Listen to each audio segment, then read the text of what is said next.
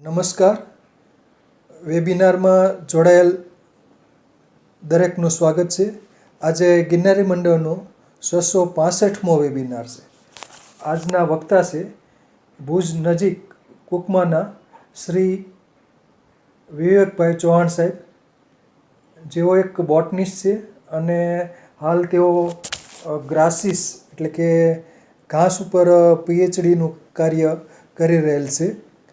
જેઓ આપણને વાલ્મીકી રામાયણમાં વનસ્પતિઓનું વર્ણન એટલે આ ટૉપિક ઉપર તેઓ માહિતી આપશે. વાલ્મીકી રામાયણમાં વનસ્પતિઓનું વર્ણન. હનુમાનજી જે જડીબુટ્ટીનો ડુંગર લંકામાં લઈ ગયા હતા, તો વાલ્મીકી રામાયણમાં વનસ્પતિઓનું વર્ણન વિશે શ્રી વિવેકભાઈ ચૌહાણ સાહેબ માહિતી આપશે. શ્રી વિવેકભાઈ ચૌહાણ સાહેબને વિનંતી કે તેઓ પોતાનું વક્તવ્ય હવે શરૂ કરી શકે છે. જય ધન્વંતરી. નમસ્કાર.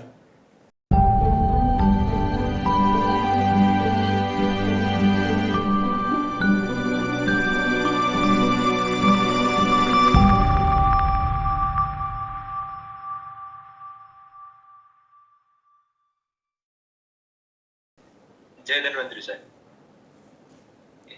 તો બધાને જય ધન્વંતરી. સર્વપ્રથમ તો આપણે ડોક્ટર કેડી મિત્તલે સાહેબનો ખૂબ ખૂબ આભાર કે એમને આ તક આપી અને આજે વેબિનારમાં જોડાયેલ તમામ મહાનુભાવો, વડીલો અને મારા મિત્રજનો, આપ સૌનો પણ ખૂબ ખૂબ આભાર. મિત્રો, મારું નામ ચૌહાણ વિવેક ઉમેશભાઈ છે.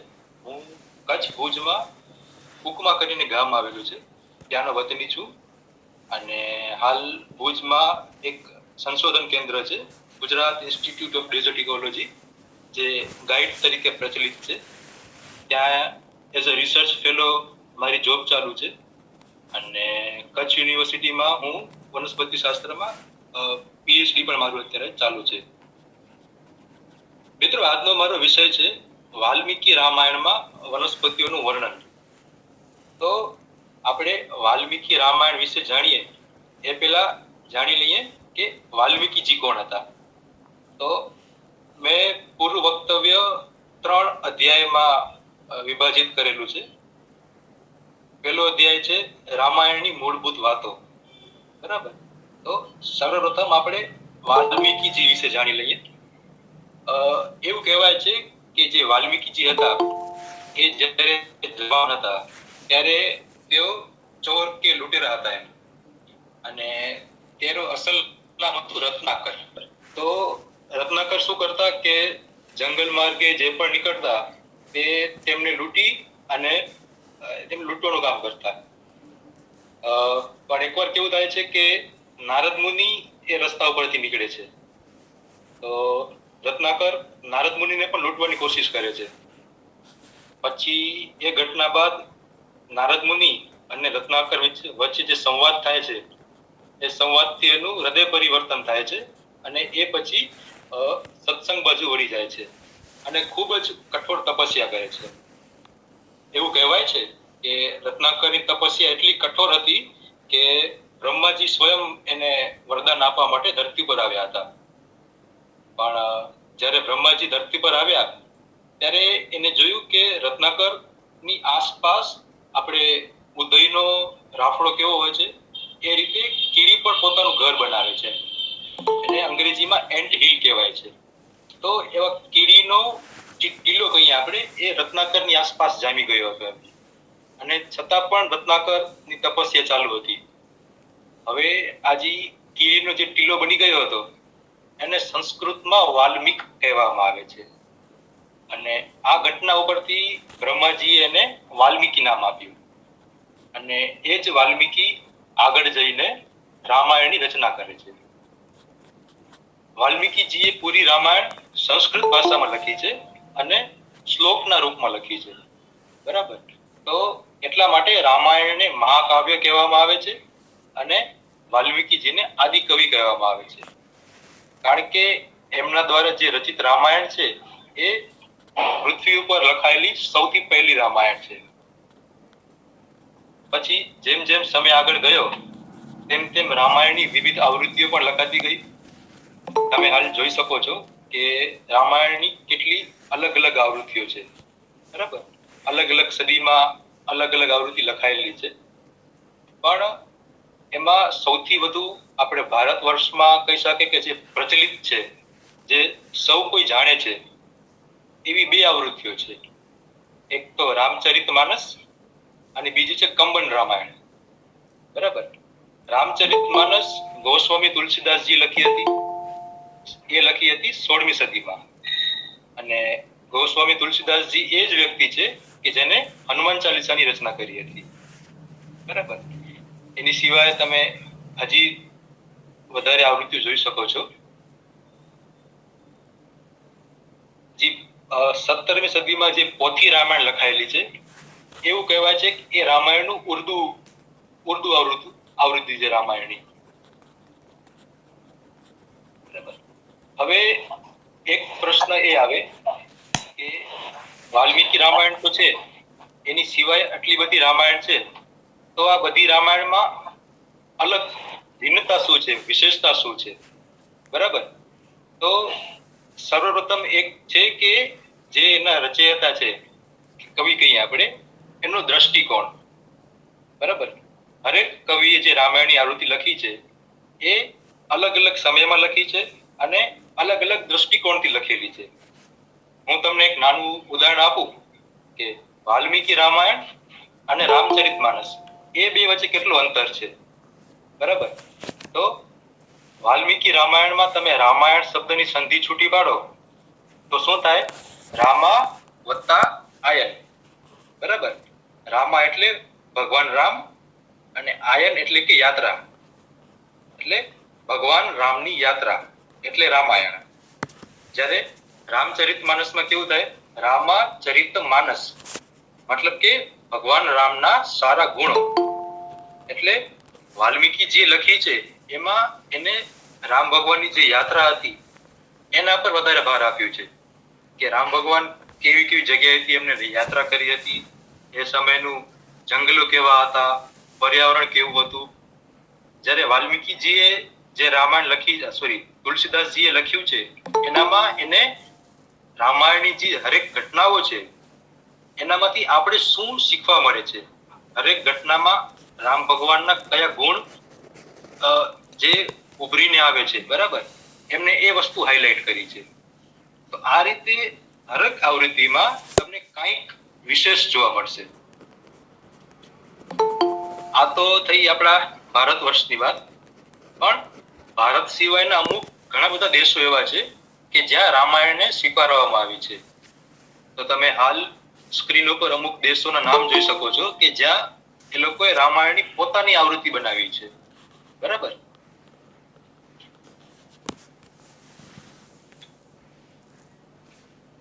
હાલ તમે સ્ક્રીન ઉપર થાઈલેન્ડની રામાયણ જોઈ શકો છો. ત્યાં તેને રામાકિન તરીકે ઓળખવામાં આવે છે. પહેલા ચિત્રમાં તમને જે દેખાય છે એ રાવણનું ચિત્ર છે. રાવણ એના સૈનિકો સાથે રથ ઉપર છે. જ્યારે બીજું ચિત્ર આપણે અહીં જેમ રામલીલા છે, રામલીલા ભજવીએ છીએ, એ આ ચિત્ર ત્યાંની રામલીલાનું છે.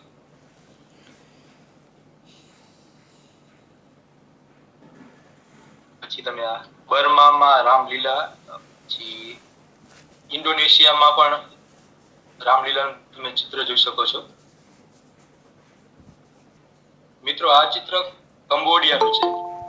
પહેલા ચિત્રમાં જે રામાયણનું સાહિત્ય છે તમે એ જોઈ શકો છો. જ્યારે બીજા ચિત્રમાં ત્યાંનું રામલીલાનું એક દ્રશ્ય છે અને ત્રીજા ચિત્રમાં પ્રાચીન સમયની મૂર્તિઓ જોઈ શકો છો તમે, જેમાં બહુ આપણે સહેલાઈથી મૂર્તિ ઓળખી શકીએ કે જે બે મનુષ્યો ઊભા છે એ રામ લક્ષ્મણ છે અને એમની પાસે જે બેઠા છે એ આપણા હનુમાનજી છે. તો અલગ અલગ દેશોમાં અલગ અલગ રામાયણની આવૃત્તિઓ હાલ પ્રચલિત છે.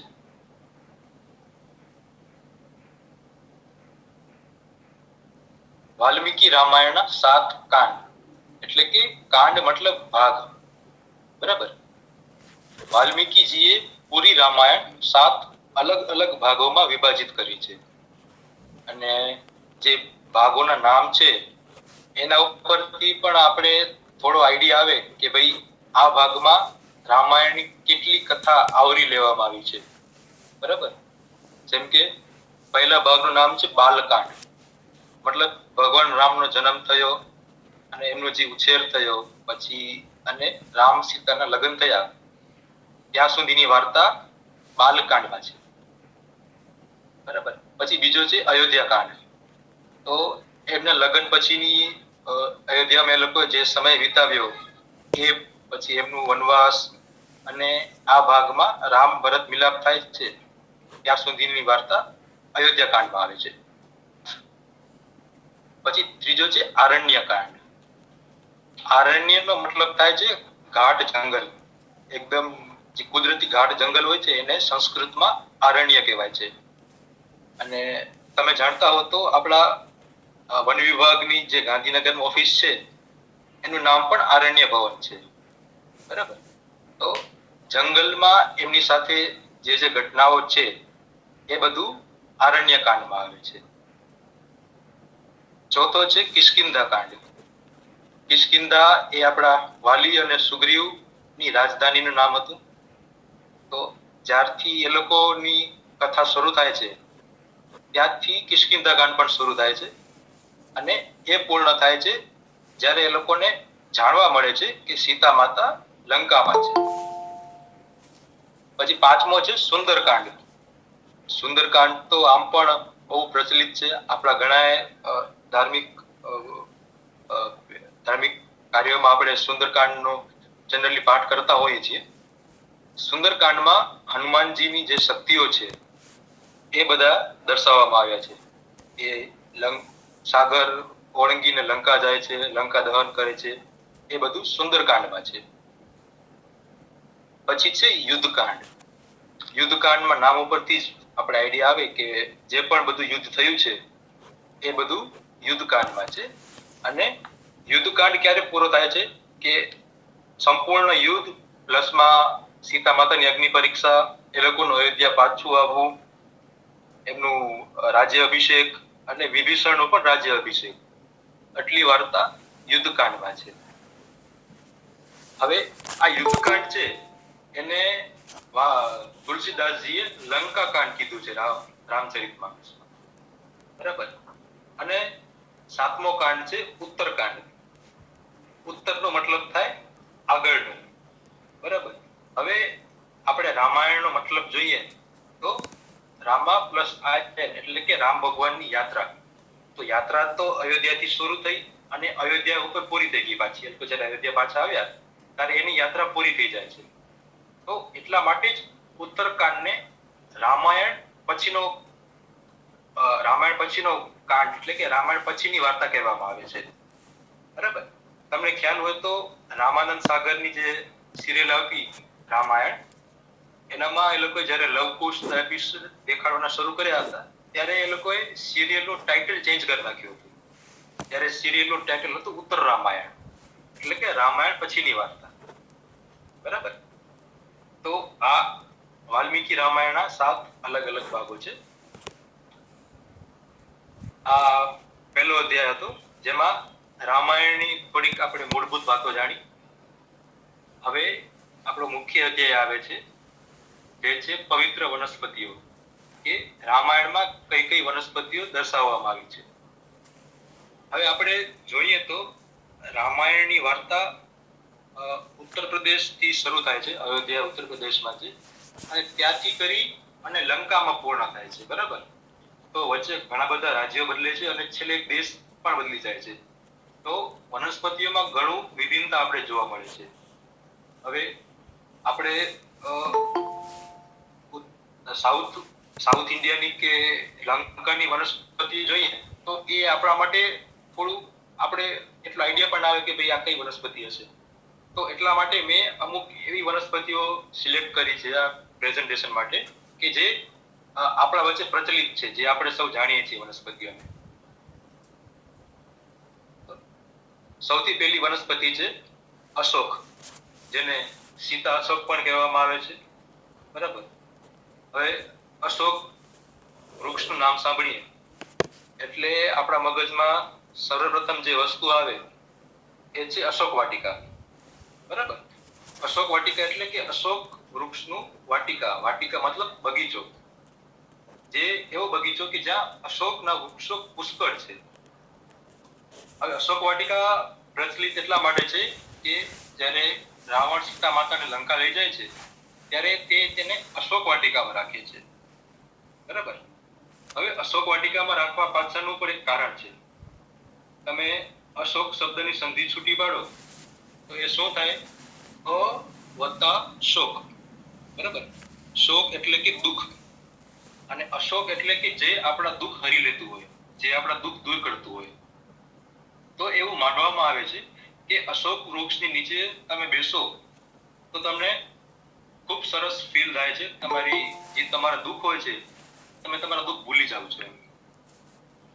એટલા માટે જ રાવણે સીતા માતાને અશોક વાટિકામાં રાખ્યું કે એને જે રામ ભગવાનથી અલગ થવાનું જે દુઃખ હતું એનું દુઃખ થોડું હળવું થાય. બરાબર. તો હવે અશોક વાટિકા સિવાય પણ અશોક વૃક્ષ બીજી ઘણી જગ્યાએ રામાયણમાં દર્શાવેલા છે. જેમ કે કૈકેયીનો મહેલ છે, પછી ભગવાન રામનો મહેલ છે, પંચવટી છે. એ બધી જગ્યાએ અશોક વૃક્ષનો ઉલ્લેખ થયેલો છે. રામાયણમાં કુલ 3 અલગ અલગ જાતિના અશોક વૃક્ષ દેખાયેલા છે. જેમ કે એક સંપૂર્ણ લાલ રંગનું અશોક વૃક્ષ એ સમયમાં હતું. બીજું પીળો અને નારંગી, જે અત્યારે આપ સ્લાઇડમાં જોઈ શકો છો. અને ત્રીજું હતું વાદળી રંગનું અશોકનું વૃક્ષ. બરાબર. હવે વાલ્મીકીજીએ વનસ્પતિનું વર્ણન આ રીતે તો કરેલું છે, પણ સાથે સાથે કોઈ ઘટના કે કોઈ વ્યક્તિનું વર્ણન કરવું હોય, બરાબર, તેમાં પણ તેને વૃક્ષોનો ઉપયોગ કર્યો છે.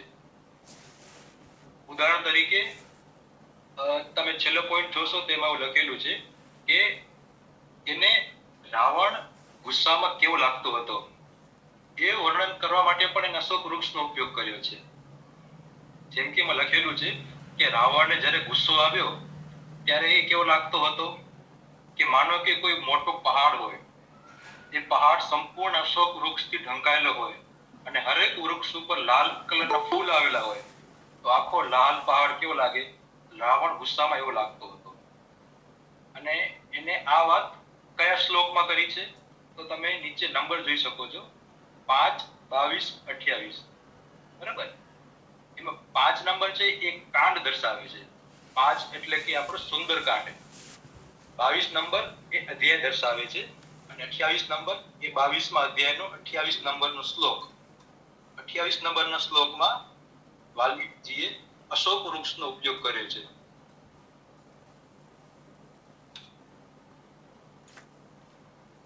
બીજું વૃક્ષ છે કાચનારનું વૃક્ષ. બરાબર. સૌ જાણે છે આ વૃક્ષને. એટલે સંસ્કૃતમાં કોદીવાર કહેવામાં આવે છે. બરાબર. આ વૃક્ષનો ઉલ્લેખ કઈ જગ્યાએ થયેલો છે કે જ્યારે ભરત રામ ભગવાનને મનાવવા માટે જંગલમાં જાય છે કે તમે અયોધ્યા પાછા આવી જાઓ, ત્યારે તે જે રથમાં સવાર હોય છે એ રથના ધ્વજમાં કોદીવાર વૃક્ષ બનેલું હતું. આપ એ ધ્વજનો ફોટો જોઈ શકો છો ત્યારે. અને લક્ષ્મણ જ્યારે ઝાડ ઉપર ચડીને સંપૂર્ણ જગ્યાની ધ્યાન રાખતા હતા ત્યારે એ રામ ભગવાનને સૂચિત કરે છે કે ભાઈ દૂરથી એક રથ આવે છે, એ રથના ઝંડામાં કોદીવાર વૃક્ષ બનેલું છે. બરાબર. તો એ જગ્યાએ કોદીવાર વૃક્ષનો એટલે કે કાચનારનો ઉલ્લેખ થયેલો છે. પછી છે બોર. બોર સાથે આપણે સબરી માતાની ઘટના જોડાયેલી છે, આપ સૌ જાણીએ છીએ. પણ એ સિવાય પણ એક જગ્યાએ બોરનો ઉલ્લેખ થયેલો છે. એ કઈ જગ્યાએ કે જ્યારે રામ અને લક્ષ્મણ સીતા માતાને જંગલમાં શોધતા હતા ત્યારે રામ ભગવાન થોડા હતાશ થઈ જાય છે. એને ખ્યાલ નથી પડતો કે મારે કઈ દિશામાં શોધવું. ત્યારે તેની સામે એક બોરનું વૃક્ષ આવે છે. તો એ બોરના વૃક્ષને પૂછા કરે છે કે મારે કઈ દિશામાં જવું એમ. તો તો એવું કહેવાય છે કે બોરના વૃક્ષે એના કંટકોની મદદથી રામ ભગવાનને દિશા બતાવી હતી. બરાબર. તો આનાથી ખુશ થઈને રામ ભગવાન એને એવા આશીર્વાદ આપે છે કે એ વૃક્ષ કોઈ પણ સંજોગોમાં મૃત્યુ નહીં પામે. અને આજની તારીખમાં આપણે એ આશીર્વાદ સાચો થતો પણ જોઈ શકીએ છીએ કે આપણે જોઈએ કે ગમે એટલી વિષમ પરિસ્થિતિ હોય પણ બોરનું વૃક્ષ આપણે ભાગ્યે જ સુકાયેલું જોવા મળશે અથવા તો નહીવત સુકાયેલું જોવા મળશે.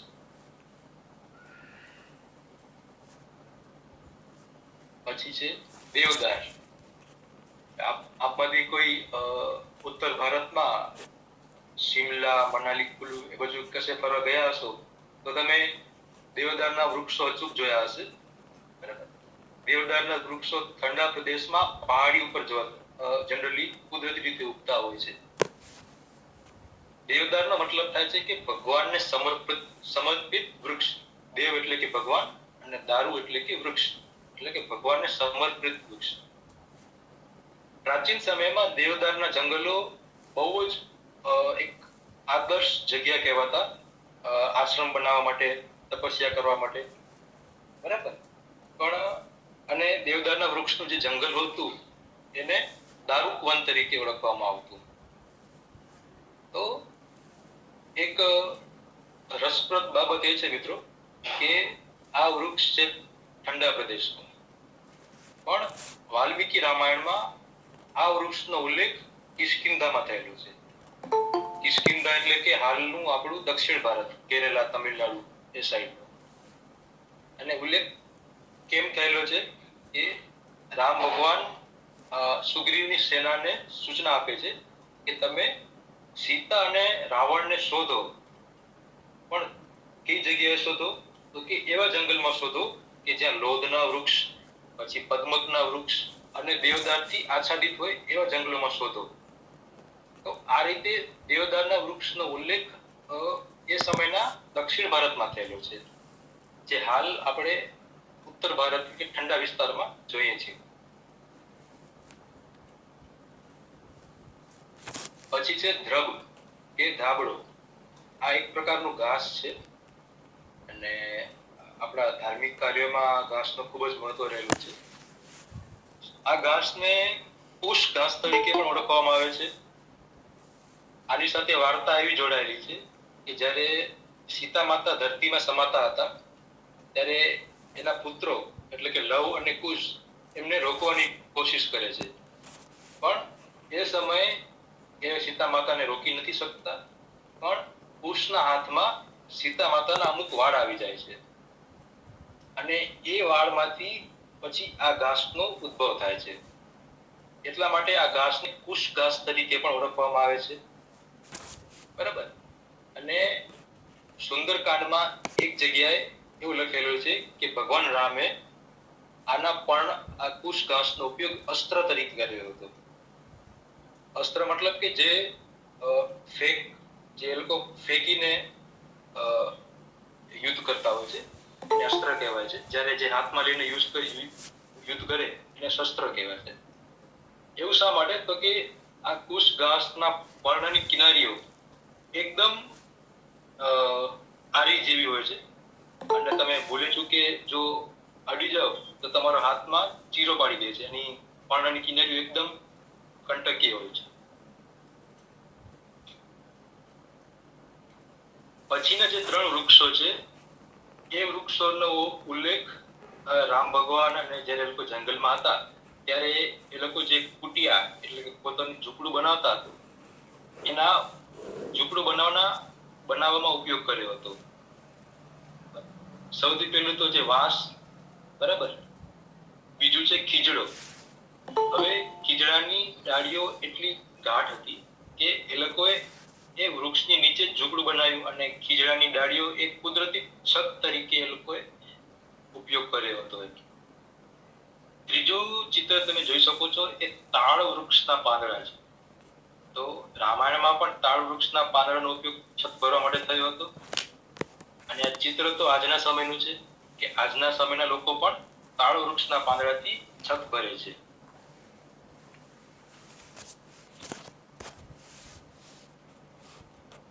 પછી છે ત્રણ જલજ વનસ્પતિઓ છે, જેમાંથી એક કમળ છે અને બાકીના બે પોયણા છે. બરાબર. તો આ ત્રણેય જલજ વનસ્પતિઓનો ઉલ્લેખ રામાયણમાં થયેલો છે. હવે ઘણીવાર કેવું થાય છે કે આપણે કમળ અને પોયણા વચ્ચે આપણે એક જ સમજી લેતા હોઈએ છીએ, પણ જો તમારે કમળ અને પોયણા વચ્ચે જો ભેદ જવો હોય તો બે ત્રણ એની ઓળખવાની રીત છે કે કમળનું જે પર્ણ હશે એ હંમેશા તમને પાણીની સપાટીથી ઉપર જોવા મળશે. બરાબર. બીજી વસ્તુ કે એનું પર્ણ છે એ સંપૂર્ણ હશે, એની કિનારીઓમાં તમને ક્યાંય ખાંચ જોવા નહીં મળે. જ્યારે પોયણામાં કેવું હશે કે એના પર્ણો પાણીની સપાટી ઉપર હશે, પથરાયેલા હશે, અને તમને એનામાં ખાંચ જોવા મળશે. તો આ કમળ અને પોયણા વચ્ચેનો ભેદ છે. કમળને સંસ્કૃતમાં પદ્મ કીધું છે. બરાબર. વિષ્ણુ ભગવાન સાથે આ જોડાયેલું છે. વિષ્ણુ ભગવાનને પદ્મ નામ પણ કહેવામાં આવે છે, કે જેની નાભીમાં કમળ છે. તો આ ત્રણ વનસ્પતિઓનો ઉલ્લેખ કઈ જગ્યાએ થયેલો છે કે જ્યારે હનુમાનજી લંકા પહેલી વાર જાય છે ત્યારે રાવણના કિલ્લાની આસપાસ ખાઈ હતી અને એનામાં પાણી ભરેલું હતું. તો એ ખાઈમાં જે પાણી ભરેલું હતું એ ખાઈ પદ્મ, કુમુદ અને ઉત્પલા એનાથી શણગારેલી હતી. એટલે કે એ આ ત્રણ વનસ્પતિઓ છે. બીજી જગ્યાએ ભગવાન રામનો રથ નું સરખામણી કમળના પુષ્પદંડ સાથે કરવામાં આવી છે. કે એવું લખેલું છે કે ભગવાનનો રથ એ પદ્મના પુષ્પદંડ જેવો સ્થિર હતો. તો વાલ્મીકીજીએ આ રીતે પણ વનસ્પતિઓનું વર્ણન કરેલું છે. પછીના જે ત્રણ વૃક્ષો છે એ ત્રણ વૃક્ષોનો ઉપયોગ શસ્ત્રો બનાવવા માટે થયો હતો. બરાબર. જેમાંથી સૌથી પહેલું વૃક્ષ છે એ સાલનું વૃક્ષ છે. બીજું છે તાડનું વૃક્ષ અને ત્રીજું છે કેરીનું વૃક્ષ. અને કઈ કઈ જગ્યાએ આ વનસ્પતિનો ઉલ્લેખ થયેલો છે એ તમે શ્લોકના નંબર પણ જોઈ શકો છો. પછીના જે વૃક્ષો છે એ વૃક્ષોનો ઉપયોગ જે આપણે ભારતથી શ્રીલંકાનું જે રામ સેતુ બન્યું હતું એ સેતુ બનાવવામાં આ ચાર વૃક્ષના ઉપયોગ થયો હતો. જેમાંથી એક તો બોરસલી છે, બીજું અર્જુનનું વૃક્ષ છે, ત્રીજું આપણે બિલીપત્ર છે અને ચોથું છે તાડ વૃક્ષ. આ ચાર વૃક્ષોના લાકડાનો ઉપયોગ એ લોકોએ સેતુ નિર્માણમાં કર્યો હતો. એની સાથે સાથે વાલ્મીકીજીએ જગ્યાઓના આધારે વનસ્પતિઓનું વર્ગીકરણ કર્યું હતું કે જો કોઈ વૃક્ષ રસ્તાના કિનારા ઉપર જોવા મળે તો એને રથ્ય વૃક્ષ તરીકે વર્ણવવામાં આવ્યું છે.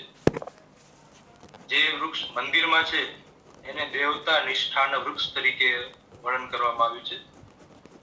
અથવા તો કોઈ ચોકડી ઉપર કોઈ વૃક્ષ ઉગેલું છે તો એને ચતુર્પાર્થ વૃત્તિ વૃક્ષ તરીકે પણ વર્ણન કરવામાં આવ્યું છે. અને જો સ્મશાનમાં કોઈ વૃક્ષ છે તો એને સ્મશાન વૃક્ષ તરીકે પણ વર્ણન કરવામાં આવ્યું છે. હવે છે સંજીવની બુટી. બરાબર. સંજીવની બુટી સાથે જે ઘટના જોડાયેલી છે એ ઘટના એવી હતી કે મેઘનાથના તીર વડે લક્ષ્મણ મૂર્છિત થઈ જાય છે. તો એ સમયે વિભીષણ કહે છે કે લંકામાં શિશેન વેદ કરીને છે, તમે એને લાવો, એ તમને આગળ માર્ગદર્શન આપશે. તો હનુમાનજી લંકા જાય છે અને શિશેન વેદને લઈ આવે છે. તો શિશેન વેદ લક્ષ્મણની પરિસ્થિતિ જોયા બાદ એવું કહે છે કે આને જો ઠીક કરવો છે તો મારે સંજીવની બુટી બનાવવી પડશે. બરાબર. મિત્રો, સંજીવની અને સંજીવની બુટી બે અલગ અલગ વસ્તુ થઈ જાય છે. સંજીવની બુટી જે દવા એટલે કે જે મેડિસિન બની હતી એનું નામ સંજીવની બુટી હતું અને એમાં જે વનસ્પતિ વપરાણી હતી એ હતી સંજીવની. બરાબર. તો શિષ્ય વિશ્વન વેદ હનુમાનજીને કહે છે કે મારે સંજીવની બુટી બનાવવા માટે 4 વનસ્પતિ જોશે, અને 4 વનસ્પતિ દ્રોણગિરી પર્વત ઉપર ઉગે છે, જે આજના હિમાલયમાં છે.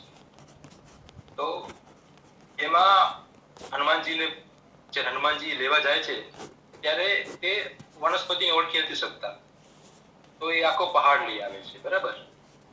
હવે હનુમાનજી પહાડ લઈ આવે છે. આ જ ઘટનાને રામાયણની કોઈક આવૃત્તિમાં એવું દર્શાવવામાં આવ્યું છે કે હનુમાનજીને એવો વિચાર આવે છે કે જેમ લક્ષ્મણ મૂર્છિત થયા છે એમ બીજા ઘણા સૈનિકો પણ મૂર્છિત થયા હશે, તો એના માટે પણ મારે સંજીવની બુટી લઈ જવી પડે, તો એટલા માટે એ આખો પહાડ લઈ આવે છે. એટલે કે હનુમાનજી પહાડ લઈ આવવાની ઘટના છે એને અલગ અલગ રામાયણમાં અલગ અલગ રીતે વર્ણન કરવામાં આવ્યું છે. હવે સંજીવની બુટીમાં જે 4 વનસ્પતિનો ઉપયોગ થયો હતો, એ 4 વનસ્પતિ કઈ કઈ હતી? તો એમાંથી એક હતી મૃત સંજીવની. મૃત સંજીવનીની ગુણધર્મ શું હતો કે એ મૃતકોને જીવંત કરવામાં સક્ષમ હતી. બીજી હતી વિશાલ્યકરણી, કે તમને ભાઈ કઈ શસ્ત્ર લાગી હોય તો તમારો ઘા રૂઝાવવામાં સક્ષમ હતી. ત્રીજી હતી સુવર્ણકરીણી, કે તમારા શરીરનો જે મૂળ રંગ છે એ તમને પાછો એનાથી પુનઃસ્થાપિત કરી શકો. અને ચોથું હતું સંધિની, કે તમારા હાડકામાં કઈ ફ્રેક્ચર થયું હોય તો સંધિની મદદથી તમારા એ ભાગ તમે જોડી શકો એમ. તો આ 4 વનસ્પતિથી જે દવા બનતી એનું નામ હતું સંજીવની બુટી. બરાબર. આ તમે આજના તારીખમાં એનું ઉદાહરણ લો તો આપણે કેમ કોઈ ત્રિફળા ચૂર્ણ, ત્રિફળામાં કેવું હોય કે આમળા, બેરા, હરડે એ ત્રણેયનું મિશ્રણ હોય છે, અને જે બને એને આપણે ત્રિફળા ચૂર્ણ કહીએ છીએ. તો સંજીવની બુટી પણ આ જ પ્રકારની એક દવા હતી કે જેનામાં આ 4 વનસ્પતિઓનું મિશ્રણ હતું. હવે સંજીવની બુટીનું જે તે સમયે ઉલ્લેખ થયેલો હતો. બરાબર. અને એના જે ગુણધર્મો હતા, સંજીવની બુટીનું જે પ્રકારે વર્ણન હતું કે વનસ્પતિ કેવી દેખાય છે, તો એના આધારે આજના સમયમાં વૈજ્ઞાનિકોએ 2 વનસ્પતિ નક્કી કરી છે કે જે મતલબ માની શકાય કે એ જે તે સમયમાં સંજીવની તરીકે ઉલ્લેખ થયેલો હશે. એમાંથી એક ત્રિઅંગી વનસ્પતિ છે સેલાજિનેલા, અને એક ઓર્કિડ કરીને વનસ્પતિ આવે છે જે આપણા દક્ષિણ ગુજરાતમાં થતી હોય છે. એ જનરલી પરોપજીવી વનસ્પતિ કહી શકાય કે જે બીજી વનસ્પતિ ઉપર ઉગે છે. ડેસ્મોટ્રિકમ ફિમ્બ્રિનાટમ એક ઓર્કિડ છે, અને સેલાજિનેલા બ્રાયોપ્ટેરિસ એક ત્રિઅંગી વનસ્પતિ છે. તો આ 2 વનસ્પતિના ગુણધર્મો અને રામાયણમાં વનસ્પતિનું વર્ણન એ થોડું આજના સમયમાં આ 2 વનસ્પતિ સાથે મેળ થાય છે. તો એવું માની શકાય છે કે પોસિબલી આ જ વનસ્પતિ જે તે સમયમાં સંજીવની તરીકે ઉપયોગ થયેલો હોવો જોઈએ. અને આ જે સંશોધન છે, આ સંશોધન આપણું પરંપરાગત જ્ઞાન અને આધુનિક વનસ્પતિ શાસ્ત્રના વિજ્ઞાનનું સંકલન કહી શકાય આપણે.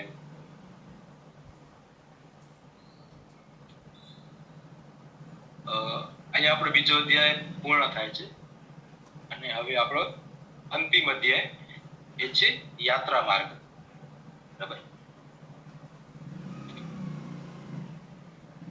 આ રામ ભગવાનની જે પૂરી યાત્રા છે ઉત્તર પ્રદેશથી કરી અને શ્રીલંકા સુધી, એ મેં આજના સમયમાં એ લોકો ક્યાંથી ક્યાં ગયા હશે, કયા કયા રાજ્ય બદલ્યા હશે, એ મેં થોડું દર્શાવવાનો પ્રયત્ન કર્યો છે. તો તમે સ્લાઇડમાં અયોધ્યા જોઈ શકો છો, ઉત્તર પ્રદેશમાં કઈ જગ્યાએ છે. ત્યાંથી એ લોકોને વનવાસ મળે છે. બરાબર. તો ત્યાંથી એ લોકો આજના પ્રયાગરાજ છે ત્યાં આવે છે, જ્યાં આપણે ત્રિવેણી સંગમ થાય છે, આપણો કુંભ મેળો ભરાય છે. બરાબર. એ સમયમાં પ્રયાગરાજમાં ઋષિ ભરદ્વાજનું આશ્રમ હતું. તો સર્વપ્રથમ એ લોકો ઋષિ ભરદ્વાજને મળે છે. ઋષિ ભરદ્વાજ એમને સૂચના આપે છે કે તમે થોડા આગળ જશો તો ચિત્રકૂટ કરીને એક પહાડી આવે છે, જે કામતગીરી પર્વતમાળા છે એનો એક ભાગ છે. તો તમે ત્યાં રહી શકો એમ વનવાસ માટે જગ્યા તમારા માટે ઉત્તમ છે. ત્યાં તમને ખાવાનું પીવાનું અને રહેવાની જગ્યા પણ ખૂબ સરસ મળી રહેશે. તો એ લોકો પ્રયાગરાજથી ચિત્રકૂટ જાય છે. ચિત્રકૂટ આજના ઉત્તર પ્રદેશ અને મધ્યપ્રદેશની બોર્ડર ઉપર આવે છે. હવે ચિત્રકૂટમાં એ લોકો 11 વર્ષ 11 મહિના અને 11 દિવસ રહે છે. બરાબર, એટલે કે 14 વર્ષના વનવાસમાં એ લોકો 11 વર્ષ 11 મહિના અને 11 દિવસ તો ચિત્રકૂટમાં જ હતા. પછી જે થયું એ પછીના 2-3 વર્ષમાં જ થયું છે. હવે એ લોકો જ્યારે ચિત્રકૂટમાં હતા ત્યારે અમુક સાધુ ઋષિ એમની પાસે આવે છે કે પ્રભુ, અમે દંડકારણ્યમાં રહીએ છીએ, ત્યાં રાક્ષસો ખૂબ છે, તો અમને તમારી સહાયતા જોઈએ છે. તો એમની મદદ કરવા માટે એ લોકો ચિત્રકૂટથી દંડકારણ્ય આવે છે. દંડક આરણ્ય, દંડક વત્તા આરણ્ય, આરણ્ય એટલે કે ઘાટ જંગલ, અને દંડક એ સમયમાં જંગલનું નામ હતું. બરાબર, અને એ જંગલ પૂરું રાક્ષસનું જંગલ હતું એમ. તો દંડકારણ્ય આજના છત્તીસગઢ, ઓડિશા અને આંધ્રપ્રદેશની બોર્ડર ઉપર છે. તો એ લોકો રાક્ષસોનો સામનો કરવા માટે અને સાધુ ઋષિની મદદ કરવા માટે એ લોકો ચિત્રકૂટથી દંડકારણ્ય આવે છે. અને સુપર્ણખાએ સર્વપ્રથમ વાર રામ ભગવાનને દંડકારણ્યમાં જોયા હતા.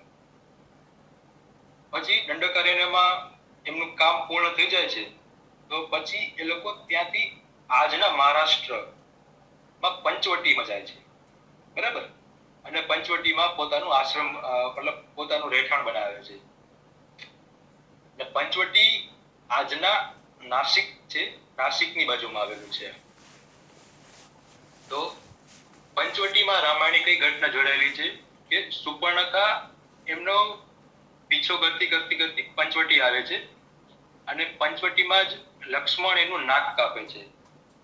તો લક્ષ્મણ જે જગ્યાએ એનું નાક કાપે છે એ જગ્યાથી નાસિક, એટલે કે જ્યાં નાક કપાળું. બરાબર ને, આ ઘટના ઉપરથી જ એને નાસિક નામ મળ્યું છે. અને પંચવટીમાં એનો જે આશ્રમ હતો ત્યાંથી જ રાવણ સીતા માતાનું અપહરણ કરી જાય છે. હવે સીતા માતાનું અપહરણ થવાની જે ઘટના છે એ પણ વાલ્મીકી રામાયણ અને રામચરિતમાનસમાં અલગ અલગ દર્શાવેલી છે. વાલ્મીકી રામાયણમાં કેવું દર્શાવેલું છે કે જ્યારે રાવણ સાધુનું રૂપ લઈને આવે છે ત્યારે રામ અને લક્ષ્મણ ત્યાં હોતા નથી, તો એ સીતાને બહાર બોલાવે છે અને એને ઉપાડી જાય છે. પણ રામચરિતમાનસમાં કેવું દેખાડેલું છે કે લક્ષ્મણ જાય છે ત્યારે લક્ષ્મણ રેખા બનાવીને જાય છે, જ્યારે લક્ષ્મણ રેખાનો ઉલ્લેખ વાલ્મીકી રામાયણમાં નથી થયેલો. પછી પંચવટીથી એ લોકો જ્યારે ખબર પડે છે કે સીતાનું અપહરણ થઈ ગયું છે તો એમને શોધતા શોધતા એ લોકો થોડા નીચે આવે છે. નાસિકની બાજુમાં તાકેત કરીને ગામ છે, ત્યાં જટાયુનું મંદિર છે. બરાબર, તો એવું કહેવાય છે કે જટાયુને એ લોકો અહીં જ મળેલા હતા મહારાષ્ટ્રમાં. અને પછી જટાયુ એમને કહે છે કે એ લોકો દક્ષિણ દિશા બાજુ રાવણ લઈ ગયો છે ને. તો એ લોકો મહારાષ્ટ્રથી નીચે આપણા દક્ષિણ ભારતમાં આવે છે, અને ત્યાંથી આવે છે એ લોકો કિષ્કિંધામાં. બરાબર, કિષ્કિંધા આજના કર્ણાટકમાં છે. ત્યાં વાલી અને સુગ્રીવનું રાજ્ય છે. તો ત્યાં એ લોકો વાલી અને સુગ્રીવને મળે છે, પછી વાલીનો વધ થાય છે, અને પછી એ લોકો શોધતા શોધતા છેક રામેશ્વર પહોંચે છે, જે આજના તમિલનાડુમાં છે. અને ત્યાંથી એને ખબર પડે છે કે સીતાને લંકા લઈ ગયા છે. બરાબર, અને રામ ભગવાન શંકર ભગવાનની ત્યાં જે પૂજા અર્ચના કરે છે અને જે શિવલિંગ ઉપર કરે છે એ જ શિવલિંગ આજે આપણું 12 જ્યોતિર્લિંગમાંનું એક છે, રામેશ્વર. બરાબર, તો આ ભારતમાં એમની જે યાત્રા હતી એ કયા કયા રાજ્યોમાંથી થઈને જાય છે એના ઉપર છે. હવે મેં તમને આવૃત્તિનો જે ભેદ કહેલો એનામાં જે જટાયુનું વધ થયેલું એની જગ્યા પણ અલગ અલગ રામાયણમાં અલગ અલગ આપેલી છે. આપણે કર્ણાટક કેરળમાં લેપાક્ષી કરીને એક જગ્યા છે. આપણા માનનીય વડાપ્રધાન નરેન્દ્ર મોદીજીએ પણ હમણાં થોડા સમય પહેલા લેપાક્ષીમાં પૂજા અર્ચના કરી હતી. તો ત્યાં એવું માન્યતા છે કે લેપાક્ષીમાં જટાયુનું વધ થયું હતું.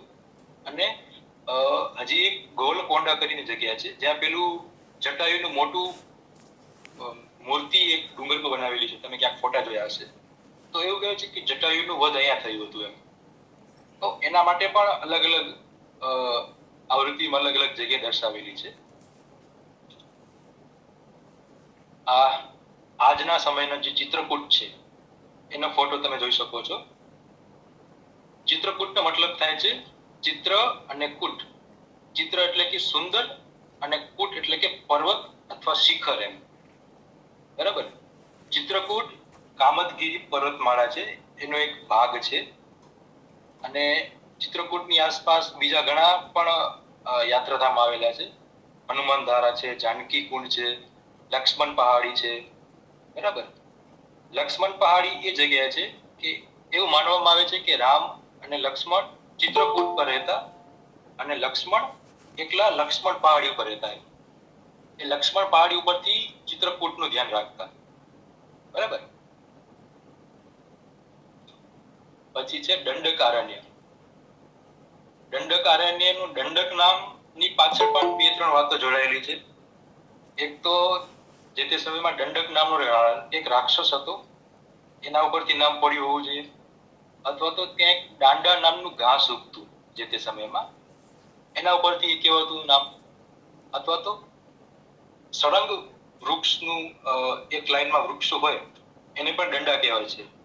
તો પોસિબલી એના ઉપરથી પણ નામ દંડકારણ્ય પડ્યું હોવું જોઈએ. બરાબર. એ રીતે અલગ અલગ બધી વાતો છે.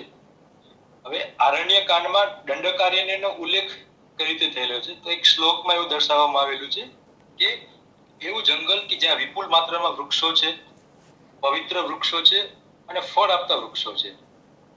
આ દંડક આરણ્યનું વર્ણન કરેલું છે. સંસ્કૃતમાં એક શ્લોક તમે જોઈ શકો છો સ્ક્રીન ઉપર. બરાબર. અને બહુ ગાઢ જંગલ છે. ફોટો પરથી થોડો આઈડિયા આવે છે. અને તે હાલના છત્તીસગઢ, ઓડિશા અને આંધ્રપ્રદેશના બોર્ડર છે ત્યાં આવેલું છે. પછી આ છે પંચવટી.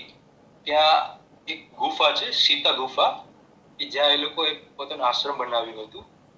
પંચવટીનો મતલબ થાય છે 5 અને વટી એટલે કે વડ. એટલે જે તે સમયમાં 5 બહુ મોટા વડના વૃક્ષનું એક સાનિધ્ય હતું. ત્યાં તે લોકોએ પોતાનો આશ્રમ બનાવ્યો હતો. એના ઉપરથી નામ છે પંચવટી.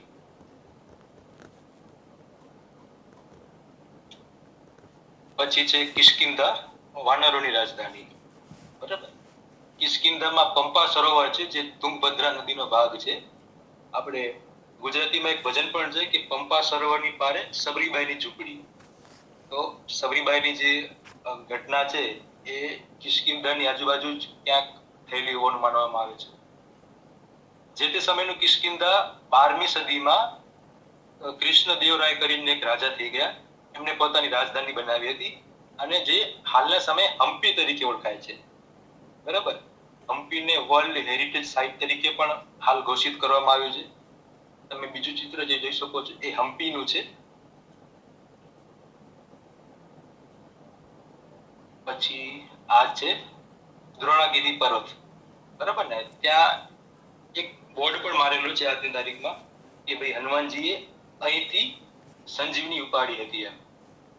અને એ આજના સમયના ઉત્તરાખંડના ચામોલી ડિસ્ટ્રિક્ટમાં, મતલબ ચામોલી જિલ્લામાં દ્રોણાગીરી પર્વત આવેલો છે. એક રસપ્રદ બાબત એ છે મિત્રો કે ચામોલી જિલ્લાનું એક ગામ છે જે આ પર્વતની ખૂબ નજીક છે. તો આજની સમયમાં એ ગામના લોકો હનુમાનજીને પૂજતા નથી. એ લોકોના મનમાં એવી વાત બેસી ગઈ છે કે હનુમાનજી જે તે સમયે અમારી સંપદા લઈ ગયા હતા એમ. તો આજની તારીખમાં પણ તમે તે ગામમાં જાઓ તો એ લોકો હનુમાનજીને પૂજતા નથી એમ. અને બીજી એક વાત એ પણ છે કે શ્રીલંકામાં 2-3 નાના નાના પહાડો એવા થઈ ગયા આજની તારીખમાં એવા છે કે ત્યાંની વનસ્પતિ શ્રીલંકાની વનસ્પતિ કરતા ઘણી અલગ છે. તો ત્યાંના લોકલ માણસો એવું માને છે કે આ દ્રોણાગીરી પર્વતમાળાનો અમુક ભાગ શ્રીલંકામાં છૂટી ગયો હતો. એના હિસાબે આજે ત્યાં વનસ્પતિ જે ઉગે છે એ શ્રીલંકા કરતા ઘણી અલગ છે. પણ સંશોધન આના વિશે જ્યારે ત્યારે થયેલું ત્યારે એવું કહેવામાં આવે છે કે એ જે પહાડો છે એ પહાડોની જગ્યાએ બહુ પહેલાના સમયમાં ઉલ્કા પડી હતી, ઉલ્કા પિંડ પડ્યા હતા. તો એના હિસાબથી ત્યાં વનસ્પતિ નોર્મલ વનસ્પતિ કરતા થોડી અલગ આવે છે. તો આ સાથે હું મારું વક્તવ્ય પૂરું કરું છું. ધન્યવાદ. જય ધન્વંતરી. જય ધન્વંતરી, જય ધન્વંતરી. ખૂબ ખૂબ આભાર શ્રી વિવેકભાઈ ચૌહાણ સાહેબનો, જેમણે આજે રામાયણના કાળમાં જે ઉગતી વનસ્પતિઓનું વર્ણન, વાલ્મીકી રામાયણમાં વનસ્પતિઓનું વર્ણન વિશે સરસ વક્તવ્ય આપ્યું. એમણે અશોક વૃક્ષ, તો અશોક એટલે એમણે વાત કરી 3 જાતના અશોક થાય છે: સરાકા અશોકા, સરોકા ઇન્ડિકા અને એવા અશોક 3 જાતના થાય છે. બીજું કાચનાર માટે બોહિનિયા વેરીગાટા, બોહિનિયા પુરપુરિયા, તો એને કાચનાર કહેવાય છે. બીજું બોર વિશે વાત કરીએ તો બોર છે એ રામનેસી કુળની વનસ્પતિ છે. જીજીપસ ની ઘણી સ્પીસીસ છે. તો જીજીપસ મોરિસિયાના, જીજીપસ નુમોલારિયા એટલે કે ચણી બોર, તો સબરીના એઠા એટલે બોર રામ લક્ષ્મણે ખાધા હતા. એટલે કે સબરી ચાખીને બોર વીણીને પછી ચાખ્યા હતા બોર, એટલે એવું કહેવાય છે. એટલે સબરીના એઠા બોર રામ લક્ષ્મણે ખાધા હતા એવું કહેવાય છે. બીજું દેવદાર, તો દેવદાર સિડ્રસ દેવોદારા, તો હિમાલયનું વૃક્ષ છે. દાભ એટલે કે એક પ્રકારનું ઘાસ થાય છે. ડેસ્મોસ્ટેકિયા બાયપિન્નાટા, તો એને દાભડો કહેવાય છે, દર્ભ કહે છે, દાભડો, અને કુશ ઘાસ પણ કહેવામાં આવે છે. વાંસ તો અરુન્ડિનેશિયા, બાંબુજા અરુન્ડિનેશિયા એટલે કે વાંસ, અને વાંસમાં પણ ઘણી બધી સ્પીસીસ છે. ખીજડો તો પ્રોસોપિસ સિનેરેરિયા, પ્રોસોપિસ સ્પાઇસીજેરા, તો ખીજડો. તાડ એટલે કે બોરાસસ ફ્લેબેલી ફર. પછી કમળ એટલે કે નેલમ્બો ન્યુસિફેરા, એને લોટસ કહેવામાં આવે છે. પોયણું એટલે કે વોટર લીલી, તો એ નિમ્ફિયા. પછી સાલ એટલે કે સોરિયા રોબસ્ટા. તાડ એટલે કે બોરાસસ ફ્લેબેલિફર. કેરી એટલે મેન્જીફેરા ઇન્ડિકા. બોરસલ્લી મિમુસોપ્સ ઇલેન્જી. અર્જુન એટલે કે ટર્મિનાલિયા અર્જુના. બિલી એટલે ઈગલ માર્મેલોસ. અને બાકી બીજી પણ જે વનસ્પતિઓ છે એનો ઉલ્લેખ કરેલો છે, જેમ કે સેલાજિનેલા બ્રાયોપ્ટેરિસ છે, એ પણ સંજીવની તરીકે કેટલાક લોકો ઓળખે છે. તો અને આમ તો સંજીવની વિવાદાસ્પદ છે, કંટ્રોવર્સિયલ છે. એટલે કઈ વનસ્પતિને સંજીવની ગણવી એ થોડુંક વિવાદાસ્પદ છે. એટલે કે સરસ વક્તવ્ય રહ્યું. અને બાકી ઘણી બધી બીજી પણ માહિતી આપી છે. વાલ્મીકી રામાયણના જે બધા અલગ અલગ 7 કાંડ વિશે માહિતી આપી, અને સરસ વક્તવ્ય રહ્યું. અને આખા રામાયણ એટલે કે રામ છે જ્યાં જ્યાં વિચરણ કર્યું, જ્યાં જ્યાં ફર્યા, એના વિશે પણ સરસ આખા ભારતના નકશા દ્વારા વિવિધ રાજ્યોમાં ક્યાં ક્યાં કેવી રીતે ભ્રમણ કર્યું એની પણ સરસ માહિતી આપી. એટલે ખૂબ ખૂબ આભાર શ્રી વિવેકભાઈ ચૌહાણ સાહેબનો. સરસ વક્તવ્ય રહ્યું.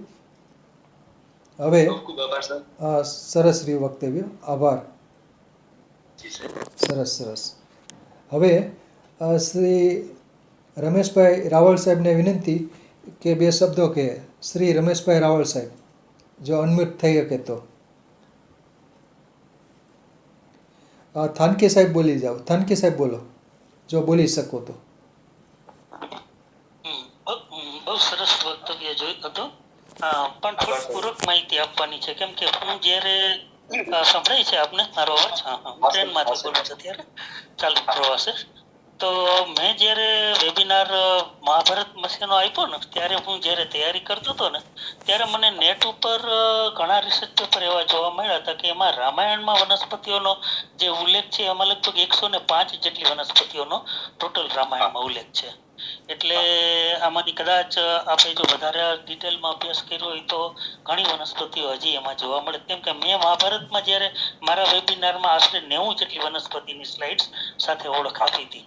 અને બીજી એક વાત કે જે આપણે કન્ટ્રોવર્શિયલ પ્લાન્ટ છે સંજીવની, તો એક કમિટીની જ્યારે રચના કરી હતી કંઈ ઉત્તરાખંડ અથવા તો ત્યાં નોર્થના સ્ટેટના પ્રશાસન વિભાગે, તો એ કમિટીનું તારણ એવું હતું કે સંજીવની એક ગ્લોરિયોસા સુપરબા છે, એટલે કલિહારી આપણે જેને કહીએ છીએ, એ પણ એક સંજીવની હોવાની શક્યતા છે.